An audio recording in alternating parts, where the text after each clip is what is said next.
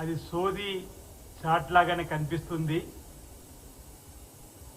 ఓ cheap పాలిటిక్స్కు తెరలేపే విధంగా గత 10 సంవత్సరాల్లో ఎన్ని అద్భుతాలను 8 మాసాలు చేస్తున్నటువంటి కాంగ్రెస్ పార్టీ ప్రభుత్వం, గౌరవ ముఖ్యమంత్రి రేవంత్ రెడ్డి గారు చేస్తున్న అద్భుతాలను అసలు 10 ఏళ్లలో చేయలేకపోయేటువంటి బాధతో ఆయన చేస్తున్నటువంటి వ్యాఖ్యలు తప్ప, అందుకే అంటున్న చీప్ పాలిటిక్స్కు తెరలేపే విధంగా సోది చెప్తూ ఈరోజు 10 ఏళ్లలో హరీష్ రావు గారు కానీ, కేటీఆర్ కానీ, ముఖ్యమంత్రిగా ఉన్న కేసీఆర్ గారు చేయలేనటువంటి అనేక సాహసోపేతమైన నిర్ణయాలు తీసుకొని అద్భుతంగా పరిపాలిస్తున్నటువంటి గౌరవ ముఖ్యమంత్రి రేవంత్ రెడ్డి గారి పైన ఈర్ష్యా భావంతో చేస్తున్నటువంటి వ్యాఖ్యలు తప్ప మరొకటి కాదన్న మాట ఈ సందర్భంగా ప్రజలకు కాంగ్రెస్ పార్టీ పక్షాన 10 ఏళ్లలో హైడ్రా ఒక అద్భుతంగా పనిచేస్తున్న సందర్భాన్ని పురుచుకుని మేమెందుకు చేయలేకపోయినా అన్నటువంటి కుయుక్తితోటి, అరే మేము అధికారంలో చేయలేకపోయినా ఒక హైడ్రానే కాదు, రుణమాఫీ ఇంచుమించు 18,000 కోట్లు 27 రోజులలో రైతుల ఖాతాలకు మళ్లించి నవ్వుతో నా భవిష్యత్ అన్నట్టుగా గౌరవ ముఖ్యమంత్రి రేవంత్ రెడ్డి గారు రైతుల గుండెల్లో చెరగని ముద్ర వేసుకొని ఆ స్థానాన్ని సంపాదించుకుంటే విలవిలలాడుతూ 2014 నుంచి 18కి మీరు ఇచ్చింది 4 సార్లు పావలా పావలా పావలా పావలా, అది 4,000 కోట్ల పైన 4,000 కోట్ల పైన 4,000 కోట్ల పైన. 2018లో మీరు అధికారికి వచ్చి మళ్ళీ 1,00,000 రుణమాఫీ అని మొదటి సంవత్సరం 0 అనా పైస ఇవ్వలే, 2వ సంవత్సరం 0 అనా పైస ఇవ్వలే, 3వ సంవత్సరం కేవలం 409 కోట్లు ఇచ్చి చేతులు దులుపుకొని ఎన్నికలకు ముందు 13,000 కోట్లు ఇచ్చి అందులోకి వెళ్ళి 2,26,000 మంది రైతుల డబ్బు తిరిగి 1,400 పైచిలు కోట్లు ఇస్తే తిరిగి ఇవ్వని మీరు 2018 నుంచి 23 లోపల 20,000 కోట్లు ఇవ్వాల్సిన మీరు కేవలం 11,000 రుణమాఫీ చేసి, మొదటి దఫా ప్రభుత్వంలో 16,000, రెండో దఫా ఇచ్చింది 11 కలిపితే 27,000 కోట్లు. మేము ఈరోజు 31,000 కోట్లు రైతు రుణమాఫీ కోసం ఇచ్చిన మాట, వరంగల్లో మా రాహుల్ గాంధీ గారు ఇచ్చిన మాట నెరవేరుతుంది. ఏదో వరంగల్కు రాహుల్ గాంధీ గారు వస్తలేరు, ఈయన మాటలను విశ్వసిస్తలేడు, మా రాహుల్ గాంధీ గారికి మీ చెవులు ఎవడు చెప్పిండా?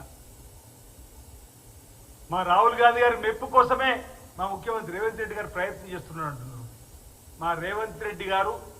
కాంగ్రెస్ పార్టీ కోసం చేసినటువంటి గౌరవ మంత్రులుగా ఉన్నటువంటి వాళ్ళ సహకారంతో 10 సంవత్సరాల బీఆర్ఎస్ పార్టీపై ఎనలేని పోరాటం చేసిన రోజే గుర్తుంచుకొని ఈరోజు ముఖ్యమంత్రి పదవి ఇప్పటికే వచ్చేసినట్టు సందర్భంలో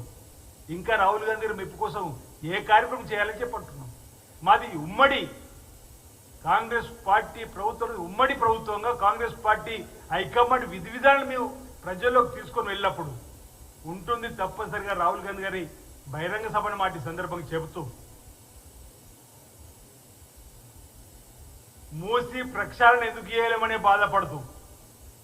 హరీష్ రావు గారు 8 మాసాల్లో స్కిల్స్ యూనివర్సిటీని, స్పోర్ట్స్ యూనివర్సిటీని పెట్టుబడులు దావోస్ అమెరికా కలిపి ఇంచుమించు 70,000 కోట్ల పైచెలకు ముచ్చర్ల దగ్గర 4th సిటీని తీసుకొచ్చేటువంటి కార్యక్రమాన్ని చేస్తున్న సందర్భంలో హైడ్రా ఈరోజు నేను ఒక్కటి అడుగుతున్నాను మీ బీఆర్ఎస్ పార్టీని, అంటే అనుమతులు లేకుండా చెరువులను, నాలాలను, మూసీ నది పరివాహక ప్రాంతాన్ని ఆ రోజుల్లో మీరు 111 జీవో తీసుకొచ్చారు, ఏ ఒక్కటి కూడా చేయని మీరు ఈరోజు వాటిని ప్రక్షాళన చేసే క్రమంలో ఈ ప్రభుత్వం మా ముఖ్యమంత్రి గారు ముందుకు పోతే దాన్ని సమర్థిస్తున్నా లేదా ముందు ప్రజలకు సమానం చెప్పని కోరుతున్నాం. కన్వెన్షన్ను ఈరోజు అనుమతులు లేవని ఏదైతే హైడ్రా తీసుకున్న నిర్ణయాన్ని మీరు స్వాగతిస్తున్నా లేదా అది ముందుగా ప్రజలకు చెప్పేటువంటి కార్యక్రమాన్ని తీసుకోవాలి తప్ప ఈ ప్రతిసారి మీడియాలో ఉండడం కోసం ఏదో ఒక వేషం కడుతూ అబద్ధాల ప్రచారం ప్రజల్లో అపనమ్మకం కల్పించడం ముఖ్యమంత్రి పైన అసత్యాలు మాట్లాడమే ఆయన పడిగా పెట్టుకోవడాన్ని మీ సందర్భంగా తప్పడుతూ ఉన్నాం. ఆడిపోసుకోవడం తప్ప హరీష్ రావు గారికి మరో పని లేకుండా ప్రభుత్వం ఏ పని చేసినా భరించలేకపోతూ 10 ఏళ్ళ అధికారులు ఉండి ఇంతకు చెప్పినట్టు ఈ ఒక్కడు కూడా చేయలేకపోతుంది. రైతు రుణమాఫీ చేయక పట్టపగలు రైతులు మోసం చేస్తున్నటువంటి బాధతోటి ఈరోజు ఈ విధంగా వారు మాట్లాడడం మా నాయకుడిని సరైనది కాదని వాటి సందర్భంగా చెప్తూ రాహుల్ గాంధీ గారు విశ్వాసం పొందాడు కాబట్టే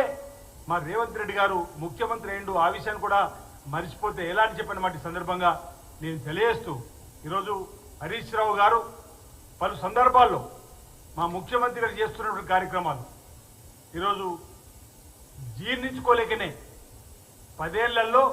తెలంగాణ తల్లి విగ్రహాన్ని సచివాలయం లోపల పెట్టాలని ఆలోచన కూడా రాని మీకు ఈరోజు తెలంగాణ తల్లి విగ్రహాన్ని పెడుతుంటే కూడా ఆడిపోసుకునే విధంగా ఈ దేశ ప్రధానిగా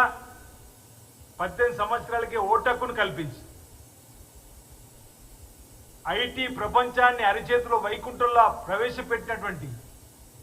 ఢిల్లీ నుంచి గల్లీకి నేరుగా నిధులు అంచేటువంటి కార్యక్రమం తీసుకొని 73-74 రాజ్యాంగం ద్వారా బడుగు బలహీన ప్రజలతో పాటు మహిళలకు స్థానిక సంస్థల్లో అవకాశం కల్పించేటువంటి నిర్ణయాలు తీసుకున్నటువంటి రాజీవ్ గాంధీ గారు దేశం కోసం ప్రాణాలు అర్పించినటువంటి వారి విగ్రహాన్ని పెడతామంటే కూడా గగ్గోలు పడతారు.